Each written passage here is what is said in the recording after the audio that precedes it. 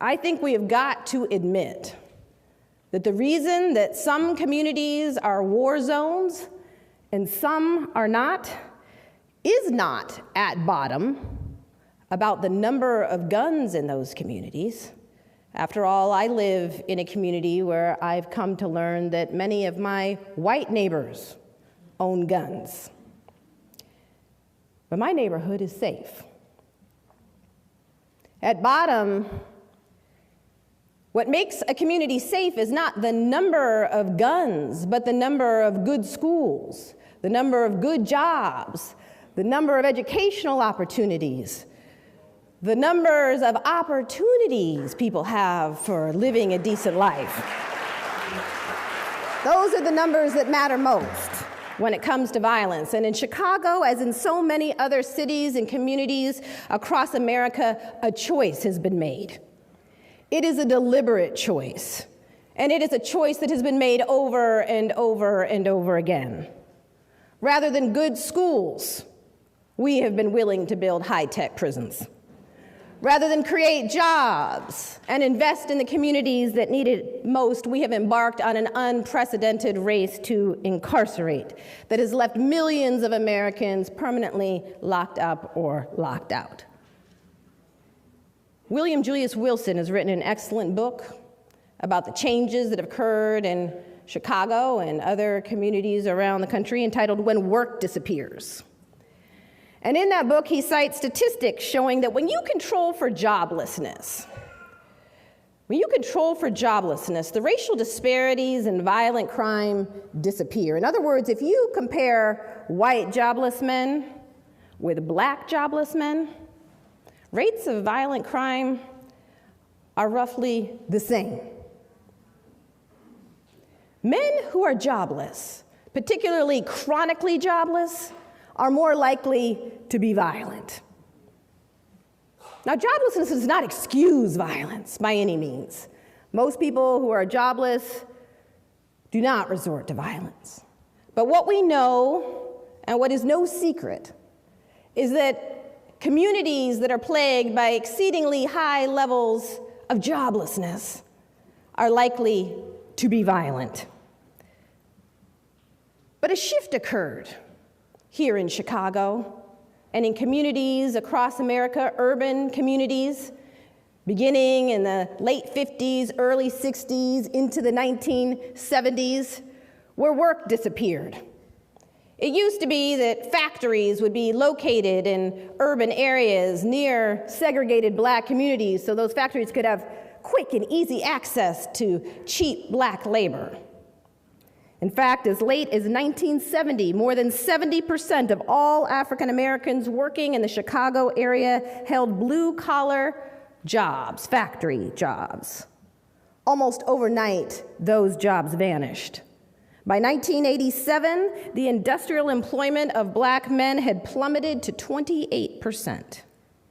Due to deindustrialization, globalization, technological advancement, factories closing down, jobs moving overseas, hundreds of thousands of people, overwhelmingly black men, found themselves suddenly jobless, trapped in racially segregated, jobless communities. Trapped. Economic collapse occurred in urban areas across the country. Now, we could have responded to this crisis, to this literal depression occurring in cities like Chicago and Baltimore and Philadelphia and Detroit and beyond. We could have responded to this crisis, this economic collapse, this literal depression, with an outpouring of care, compassion, and concern. We could have responded with bailout packages, economic stimulus programs. We could have provided job training, particularly to young people coming up in these communities, so they could make the rough transition from an industrial economy to a service-based economy. But no, we chose a different road, a road more familiar when it comes to matters of race. We chose the road of division, punitiveness, and despair.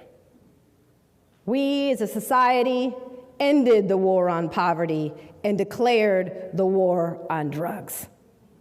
Black men found themselves suddenly disposable, no longer necessary to the functioning of the US economy, precisely at the same moment that a backlash was brewing against the civil rights movement, a backlash that made it convenient for politicians to demonize Black men as criminals, as shiftless, as unwilling to work. And so this war on drugs was declared, and Black men found that they were no longer needed to work in the fields, no longer needed to labor in factories, and they found themselves scapegoats, pawns in political games, the enemy in a new war, and were rounded up by the millions, locked up, and then permanently locked out. And now, decades later, we stand back and say, what's wrong with these people? Why are they killing each other? Why is there so much violence in these communities that we have abandoned? Communities where good schools cannot be found, but high-tech prisons are a drive away. What's wrong with them? I think the deeper question, the more profound question, is what is wrong with us? Why have we been silent for so long? Well, I've been asked to share with you the thesis of my book, The New Jim Crow: Mass Incarceration in the Age of Colorblindness, and I think the title of the book pretty much speaks for itself. I argue that I think the deeper question, the more profound question, is what is wrong with us? Why have we been silent for so long? Well, I've been asked to share with you the thesis of my book, The New Jim Crow: Mass Incarceration in the Age of Colorblindness, and I think the title of the book pretty much speaks for itself. I argue that today, in the so-called era of colorblindness, and yes, even in the age of Obama, and even right here in Obama's hometown, something akin to a caste system is alive and well in America. The mass incarceration of poor people of color in the United States is tantamount to a new caste system, one that shuttles our children from decrepit, underfunded schools to these brand new high-tech prisons. It is a system that locks poor people, overwhelmingly poor folks of color, into a permanent second-class status, nearly as effectively as earlier systems of racial and social control once did. In my view, this new system is the moral equivalent of Jim Crow. Now, I'm always very willing, very happy to admit that there was a time that I didn't think this way. I know, of course, not everybody is gay, but everybody has some secrets worth knowing. Now, what do you really need in order to hack a human being? You need two things, just two things. You need a good understanding of biology, and especially brain science, and you need a lot of computing power. Now, in the past, for thousands and thousands of years of human history, nobody knew enough biology, and nobody had enough computing power in order to hack human beings. So even if the secret police followed you around 24 hours a day, watching everything you do, they still couldn't know what was really happening inside your brain. They still couldn't really understand your feelings, or predict your choices, or manipulate your desires. But soon, corporations and governments will have enough understanding of biology and enough computing power to hack humans. And when this happens, and it is already beginning to happen, then authority will gradually shift from humans to algorithms. And this is already beginning to happen in more and more fields, even in democratic societies. Even without any government coercion, people are willingly entrusting more and more authority to the algorithms. We trust Facebook to tell us what is new. We trust Google Search to tell us what is true. We trust Google Maps to tell us where to go. Netflix tells us what to watch, and Amazon tells us what to buy. Eventually, within 10 or 20 or 30 years, such algorithms could also tell you what to study at college, and where to work, and whom to marry, and even whom to vote for. And as algorithms become better, they can not only guide and control humans, they might also replace humans in more and more jobs. And this is even true, or especially true, of jobs that demand a good understanding of human feelings. For example, there is a lot of talk these days about self-driving cars.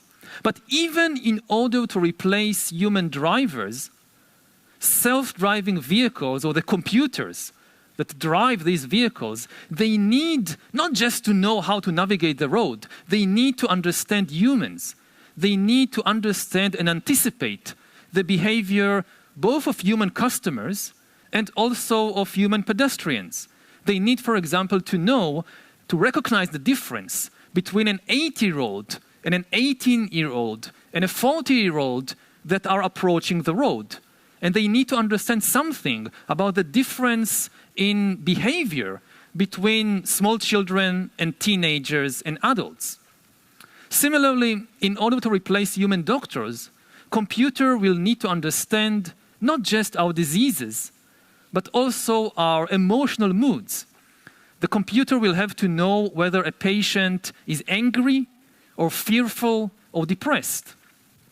But it's very likely that computers will be able to do that better than most human doctors, because after all, anger and fear and depression are biochemical phenomena just like flu and cancer and diabetes. If computers can diagnose flu, computers can also diagnose fear. Now, of course, as all jobs in driving vehicles and in diagnosing diseases will gradually disappear, all kinds of new jobs, which we cannot even imagine at present, will emerge. But the new jobs, too, will continue to change and to disappear. Few jobs will remain the same for decades, for a long time. Some people imagine that the coming automation revolution will be a one-time event. Let's say in 2025, you have the big automation revolution, lots of jobs disappear, lots of new jobs appear, we have a couple of rough years, and then everything settles down to a new equilibrium in the job market and in the economy. But it will not be like that. It will be a cascade of ever bigger disruptions. You have a big revolution in 2025. You have an even bigger revolution in 2035, because by then AI is so much better. And an even bigger revolution in 2045, which means that to stay relevant, you will have to reinvent yourself, not just once, but repeatedly. Like every 10 years, 15 years, to reinvent yourself. And the main obstacle for doing that might well be psychological, more than economic or technological. It's just very, very hard to reinvent yourself, especially after a certain age. When you're 15 or when you're 18, you're basically creating yourself, inventing yourself, and it is very, very difficult. But it's much more difficult to do it when you're 40 or 50. You probably know by now that adults don't like to change. They tell you to change all the time, but they don't like to change themselves, because it's very difficult. So the most important goals of education in the 21st century are probably to develop your emotional intelligence and your mental balance, because you will need a lot of mental balance and mental resilience to deal with a very hectic world, to keep learning throughout your lives, and to repeatedly reinvent yourself and stay ahead of the algorithms. Now, I hope all this doesn't depress you too much. It's not the point. I mean, they told me repeatedly, don't scare the kids.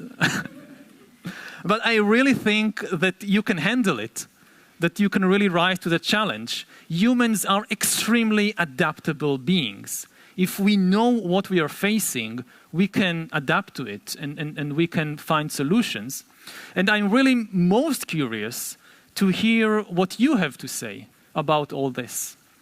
So thank you for listening, and in a few minutes we'll have a chance to.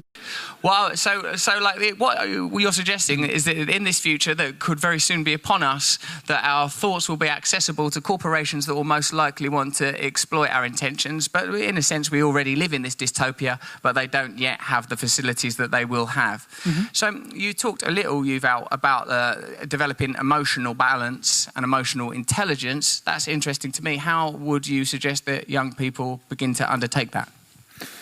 Oh, that's the big question. It's something which is much more difficult. Oh, that's the feeling, is it, of failing some exams? But isn't it possible that given that none of us know how this future will unfold, that perhaps our role as workers will no longer be our primary role as citizens? Isn't that one of the assumptions that we should be challenging? That human beings are not just... Isn't there an assumption, and you would know this because of your great anthropological work, isn't there an assumption that a human being has to work because we resource our understanding from out the times where we needed to survive, and surviving seems like work. But now that survival is somewhat taken off the agenda, and I'm talking from a perspective of a privileged person in a relatively privileged nation, that possibly we needn't define ourselves by work anymore. Why ought we? Yes, we certainly might find ourselves in a situation when work is become either the meaning of work changes, that things that today are not considered work, even though they are extremely important to society, will be recognized as work, whether it's raising children or whether it's building a community. This will be recognized as work, deserving respect and deserving monetary compensation. We could face a situation in which there is not enough work for everybody, and the big struggle of a lot of people is not against exploitation, but against irrelevance. Yes. In the 20th century, the big struggle was against exploitation. That you have let's say, a small elite exploiting the masses. And in the future, maybe the main struggle is the elite doesn't need you. There is nothing that you can do which is beneficial to the economical or political system. They don't need you. And this is a much, much harder struggle. Also, again, psychologically, to feel that you are not needed, that you're irrelevant, that kind of the world has passed you by, that's much, much more difficult than feeling that you're exploited. But you know, when you're exploited, they need you. You're doing something important. You have potential power. Isn't it then that dynamic that we most need to challenge, where there are elites upon whose largesse we are somewhat dependent, whether it is for exploitation or irrelevance? And in a sense, this is already an observable phenomenon. I'm sure everybody here knows people that are socially, irrelevant in the sense that possibly homeless or addicted to drugs or have mental health issues that mean they're no longer of monetary value and therefore are regarded as irrelevant by the system, regardless of oncoming technological advancement. Already today, not in the future, there are already huge percentages of the population the world over that are already regarded as irrelevant because they can't contribute monetarily. Mm-hmm. Yeah. So it's happening already. Yeah, but it could become much, much worse. And again, one of the greatest fears is simply the amount of stress. That, it's as a historian, it's curious to see that humans today are so much more powerful than 1,000 years ago or 10,000 years ago. If we could meet our great-great-great-grandmother and tell us what kind of powers we have today, she would have thought that we must be living in paradise with no worries at all. But actually, in many ways, we live much more stressful lives than 1,000 years ago. And the level of stress might only increase in the coming decades because, again, the pace of change is increasing. And you're constantly under this fear that I will be left behind. I will not be able to cope with the next big change. And as you grow older, change is becoming more and more stressful. Yes. Do you think, Yuval, this is perhaps because the incredible technological advancement that the last couple of centuries have seen has not been accompanied by a comparable spiritual, if you were to use that word, or intellectual, emotional, or mental advancement? And at the beginning of our conversation, you said, balance and the ability to endure. These previously would have belonged in the realm of the spiritual. So isn't one of the challenges we'll face that as human beings we have to evolve other aspects of our nature to keep up with the capacities of technology if we're to have any chance of surviving and indeed challenging the dynamics that mean that there are still to some degree an elite that determine who is expendable, who is irrelevant, who is exploitable? Do we need to bring some focus to these structures and ways that we can radically alter them? Yeah, I mean, I think spirituality now is more important than ever before because a lot of spiritual and philosophical questions are becoming very, very practical questions. Things that philosophers have been debating for thousands of years with very little practical impact are becoming questions that engineers face. For example, you think about a question like, what is humanity? So you can debate it for thousands of years, but now as abilities, especially in biotechnology, develop, we may get the opportunity to start re-engineering the human body, the human brain, the human mind.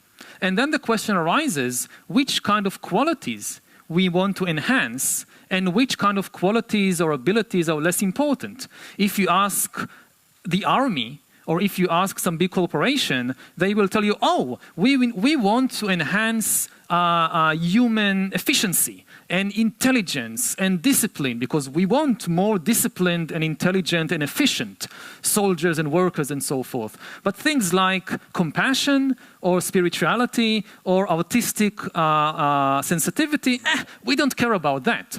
So if we leave it to the free market or to the army to decide what to do with a new technology, we may get not upgraded humans, but actually downgraded humans, something which is far less than we are. And these questions like what is the essence of humanity suddenly becomes a practical question for engineering. Or to take an even simpler question, in order to put a self-driving car on the road, you need to answer some very difficult ethical questions. Like the textbook example is you have the self-driving car moving on the road. There, can you see him? Sat by that emerald. Good afternoon. My name is Honey Parrot. And my question to you is that in 2017, you argued that by 2050, there would be a generation of useless people, you deemed as useless and unemployable. Now, my question is, what much different is that from the current society where most of us here are from not very privileged places and stuff like that? What much different is it, basically, that we are deemed as, useless, we are deemed as unemployable? And that's my question to you. Well, first of all, it's not a prophecy. We don't know for sure. It's a danger that we need to take into account. And as you say, it's not just a future danger. It's already beginning to happen now, but it might get worse and worse. And of course, when we talk about useless people, they are useless only from the viewpoint of the economic and political system. Nobody is useless from the viewpoint of their mother or siblings or friends. But the danger is that, yes, people will be left behind and will suffer, as I said before, not from exploitation, but really from irrelevance, that there is nothing that they can do which is valued by the political and economic system. But if we are aware of this danger, we can try and prevent it from happening. One thing that we need to be doing is think very hard about how to retrain and educate people throughout their lives. Because in a situation when the job market is very volatile and it changes every 10 years, so it's not enough to provide people with good education in their childhood. we actually need a system of lifelong education. And the responsibility for that is on the government. Just as governments built huge systems of education for the young in the 19th and 20th century, in the 21st century, they will need probably to build another education system for adults. Whether they will do it or not, I don't know. But it should be on the political agenda. What worries me, and this is why I say these things and use very provocative terms like the useless people or useless class, is to draw people's attention to this potential danger, because this should be one of the top items on the political agenda today, not in 20. In 20 years, it will be too late. We need to think about what we are doing today. So, the next time there is an election and politicians come and want you to vote for them, so you ask these politicians, what are you going to do about, what are your thoughts about the coming automation revolution? What will you do to prevent the emergence of this huge useless class? And if the politicians don't understand what you're talking about, or if they have no meaningful plan for how to deal with it, just don't vote for that politician. Well, that was quite good. That was quite good. Young man here at the front, hand up, fingerless glove. That's the kind of person who deserves to be heard. What about that? Hello, my name is Moise. I come from King's Math School. And you were talking about engineers and how they would be the ones trying to answer the philosophical questions that... And I was wondering, isn't it like kind of putting all the onus on engineers? And like how they would be the one deciding the future? Isn't it like putting too much stress? Or are you saying that we shouldn't have much engineers because we are putting or dedicating or in a sense putting our lives in their hands? Well, this is what is happening. At present, engineers, especially software engineers, are making more and more of the most important decisions in the world. And it is indeed a great danger that so much power is concentrated in so few hands, and even more dangerous because they may have a very good background in computer science and engineering and mathematics, but they usually have no background in ethics and law and sociology and so forth. And again, maybe to give an example, when you apply for a job later on in your life, chances are that your application will be processed by an algorithm and not by a human being. And this algorithm was written by some engineer or a couple of engineers. And one of the biggest dangers is what happens if the engineers kind of program their own biases into the algorithm. And for example, there are true cases today in the US that, for example, we know that when an application for a job comes, it's wrong to discriminate against people on the basis of race.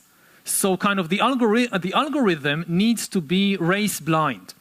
And in a way, algorithms are better in being race blind than humans because they don't have a subconscious. They don't have feelings and emotions. A human being, you can tell the human being it's wrong to be racist, and the human being will agree, yes, it's wrong to be racist. But then when the application comes, his or her subconscious feelings might bias them. And we have a lot of research indicating that this is happening. Now, people say, with algorithms, we are in much safer hands because the algorithms don't have a subconscious. But what turns out, for example, is that algorithms, we have today racist algorithms, that they don't discriminate. Some of my best mates are algorithms. They don't discriminate on the basis of race, but for example, they discover, the algorithms, that people who come from certain postcodes, they tend to be less reliable workers, and they start discriminating against people from these postcodes. And surprise, surprise, the people in these postcodes, they usually come from a certain ethnic background. Now, the engineer who programmed this algorithm may not even realize what he or she were doing, but they should have realized. So I think that in every course for computer engineers, we need today to include a program in ethics, in ethics for coders. So you think that engineering or currently engineering is separate from creativity? Like those two cannot or do not exist side by side. And also you were talking about how algorithm could be biased. Isn't it like sort of saying that it's the engineer's fault that a sort of bias could exist? Mm-hmm. It's like you're blaming the engineers for what ultimately isn't on their hands in the first place, since they're just doing what higher ups tell them to. Anyway. It's a case-by-case situation. But I think that if the engineers have more awareness of the enormous political and economic influence of their work, and if they have greater awareness of the ethics of what they are doing, then even if some big corporate boss tells them to do something, they can push back, or they can do their job in a more responsible way. Now, of course, it's not just their responsibility. Governments need to intervene with regulations, customers need to be more aware of what is happening, but ultimately I would say that it's extremely important, if there is one profession today that we must include courses in ethics in this profession, it's computer coding. It's much more important for computer engineers to take some courses in ethics and philosophy than it is for literary critics or historians or artists or whatever. That's excellent. Thank you. Thank you for that series of brilliant questions. And don't think I didn't notice that you did a little question 1-2 there, mate. Hunting. We don't know, do we? But what about some of them people up the back? Say your name, then say the question, mate. I'm Charlie, and as our population is increasing, at the same time our technology is also becoming more proficient and rendering humans useless. What are we going to do about the excess humans that are left? So that's really going back to the question about the useless class. And again, I want to emphasize it's not a prophecy, it's just a possibility. If we make the right decisions and right policies today, then we can prevent this kind of dystopian scenario from materializing. And this is the whole point of having discussions like this. If the future is inevitable, then what's the point of talking about it? We can't do anything.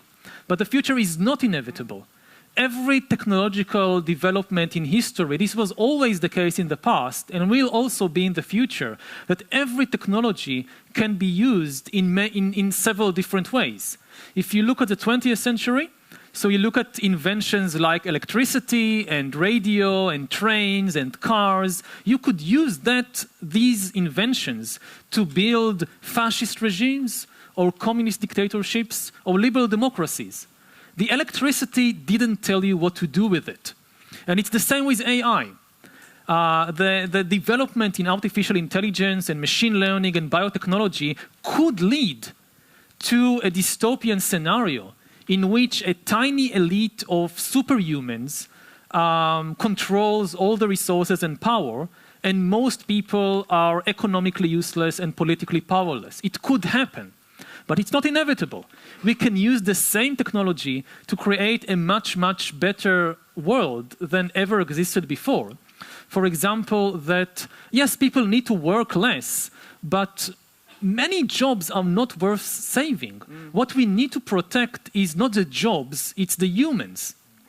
If we can take care of human needs, and humans will have more leisure time and more opportunity to explore themselves, to develop themselves, to engage in art or community activities or meditation or sports instead of working so much, this is wonderful. We don't need to, I've been talking a lot about the dangers of AI and algorithms, but this is simply because we are now flooded by all these promises that technology will make everything better. And we need to kind of balance it. But we should still remember that, yes, there are wonderful opportunities also in technology. To give one example, again, returning to the self-driving cars, today, all over the world, every year, about 1.25 million people are killed in traffic accidents. That's twice the number of people who die from crime and terrorism and war put together. And most of the traffic accidents are caused by human error. Somebody drinking alcohol and driving, somebody falling asleep or texting a message while driving, things like that. If we replace human drivers with self-driving vehicles, it is likely to save maybe 1 million lives every year. So there are wonderful developments there. The key thing is not to think in dystopian way, but to think, what should we do now? What kind of policies the government should adopt in order to prevent the worst case scenarios and make sure that the technology is used in the best way. And we have, again, the examples from the past that we can make technology work for us. In the 1950s and 60s, you had all these doomsday prophecies that nuclear weapons will inevitably lead to a nuclear world war in which human civilization will be completely destroyed. And in fact, what happened is that the Cold War ended peacefully, and it may not look like it from the news, but your lifetime, the last 20, 30 years, have been the most peaceful era in the whole of human history. There are still wars in some part of the world. I know this perfectly well because I live in the Middle East, so I have no illusions about it. But still, we are living in the most peaceful era ever. More people today die from eating too much than from violence. Sugar is far more dangerous to your life than gunpowder. And this is a wonderful development. So there is a lot of hope. There's a lot there to think about. What I took from what you were saying is that we all have an obligation to educate ourselves regarding ethics, not just engineers, but all of us need to have a better understanding of ethics. And more, I think, that instead of looking at society and systems and thinking, how can we make ourselves fit in with it, we have to look at ourselves and ask, how can we make society fit in with us? Yeah, what about with this? I think we've got time for 2 questions. A few! He's doing all of the last ones you found. Do you feel, as you said, the possibility of more people becoming redundant in terms of the amount of jobs available for people reducing, do you feel that the willingness of elites and governments to help these people out through schemes such as welfare benefits, job seekers allowance, do you feel like that will increase? And a follow-up question to that was, why do you feel that elites such as Google, Amazon, and Microsoft, why do you feel that they still indirectly help out these people that are redundant via corporation tax when they can they can easily afford to buy nations for themselves, and by which they run, where they pay no corporation tax and help out the redundant in no way possible? Mm-hmm. Yeah, well, there is a lot of responsibility and a lot of things that governments can do, whether it's in social services, whether it's maybe most importantly in education and education for adults. But as I think you're indicating, we need to think about it also on a global level and not just on a national level. The impact of the rise of AI and automation will be different on different nations and different parts of the world. In some parts of the world, enormous new wealth will be created and a lot of new jobs will be created. Whereas in other parts of the world, the economy might collapse completely. In high-tech hubs, like Silicon Valley and like the eastern coast of China, we might see enormous development and wealth. But whereas other countries which at present rely mainly on cheap manual labor, like people producing textiles and shoes and so forth, their economies might completely collapse. So beyond the question of what does the UK government do in order to prevent in order to protect the most vulnerable people in the UK, an even bigger and more important question is what do we do on the global level? Because the worst problems there will be problems in the UK, but the worst problems will not be in the UK. They will not be in Western Europe or in North America or on the east coast of China. They are likely to be in countries like Guatemala, like Bangladesh, like Indonesia. They will be hit the most by the automation revolution. And what we see now with the rise of nationalism and isolationism is a cause for a great worry that yes, maybe governments will do what it takes to protect their own citizens, but the poorer nations of the world will be completely left behind. And we need to think very carefully about a global safety net, a global solution to this problem, and not just stay limited to nationalist thinking about it. That's an excellent answer. That was a really good question, that, mate. I like the way you dragged in powerful silicon giants, great technological colossuses that stride about the world, governing and controlling us. You pulled them into it too and made Yuval talk for a while about the culpability and responsibility of our governments and the way that we look at the nation state and the globe. A lot of education, a lot of data flying around out here, a lot of things for us to learn. We've got to pull ourselves together, start looking at fraternities across the globe, looking at new alliances, new idealism, new ideologies. Who's this dude with the glasses and the barnet? My man there.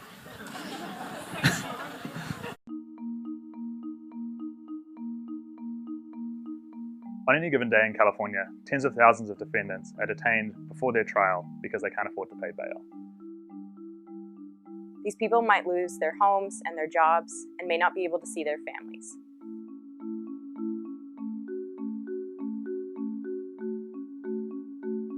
Senate Bill 10, Assembly Bill 42, the Bail Reform Act, would drastically reduce California's reliance on money bail. The bill requires the use of risk assessments, tools that aim to predict whether a defendant will fail to appear in court or poses a risk to public safety.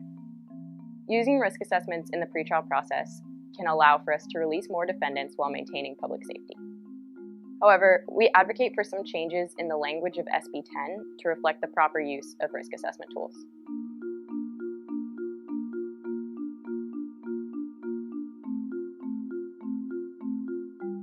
This is a risk assessment currently used in California. It aims to predict whether a defendant will fail to appear in court, based on whether they've got previous convictions or previous failures to appear in court. Consider a 25-year-old defendant who has 2 previous drug convictions, and at those convictions they failed to appear in court. On the failure to appear scale, this person would get a 5 out of 7, rating them high risk. This is another risk assessment that has to do with predicting whether a person will commit a new violent crime if they're released. It considers factors like violent convictions in the past and their age. Consider the defendant who we previously talked about, a 25-year-old with 2 previous drug convictions. Looking at the risk of violent crime, we see that they'd get 1 point for their previous convictions, but because they have no history of violent crime, they would get no other points. The violent crime risk assessment would rate them as low risk of future violent crime. This defendant might require supervision to ensure they appear in court, but they probably don't need to be detained to ensure public safety. Some risk assessments combine these 2 types of failure and simply output one risk score that's meant to predict any type of failure. SB 10 should strictly prohibit this.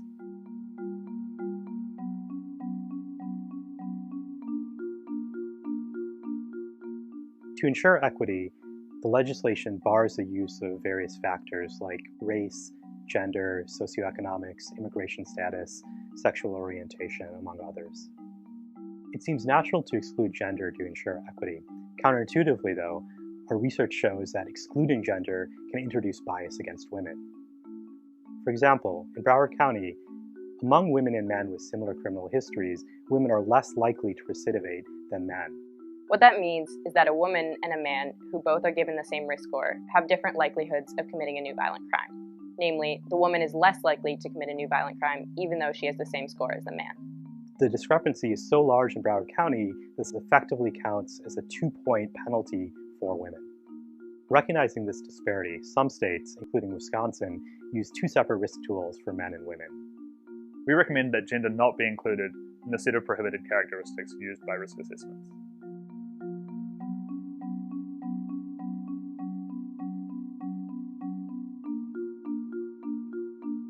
Under the bill, judges retain the discretion to release or detain any defendant they see fit.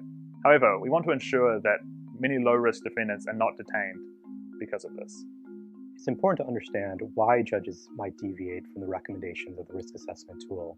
California should follow New Jersey and require judges to submit a written statement of reasons if they choose to deviate from the risk assessment's recommendation.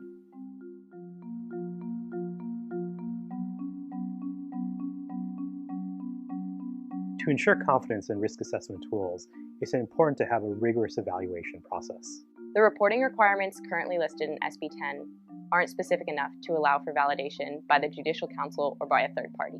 In order to properly validate a risk assessment tool, we need individualized information about defendants, including their risk assessment, their demographics such as race and gender, the decision the judge made about release or detention, and whether they failed to appear in court or committed a new crime before their trial. This detailed data should be made available to outside researchers for independent evaluation. Carefully implemented, risk assessments can help judges make smarter decisions about pretrial detention. With the appropriate modifications, SB 10 has the potential to dramatically improve the criminal justice system in California.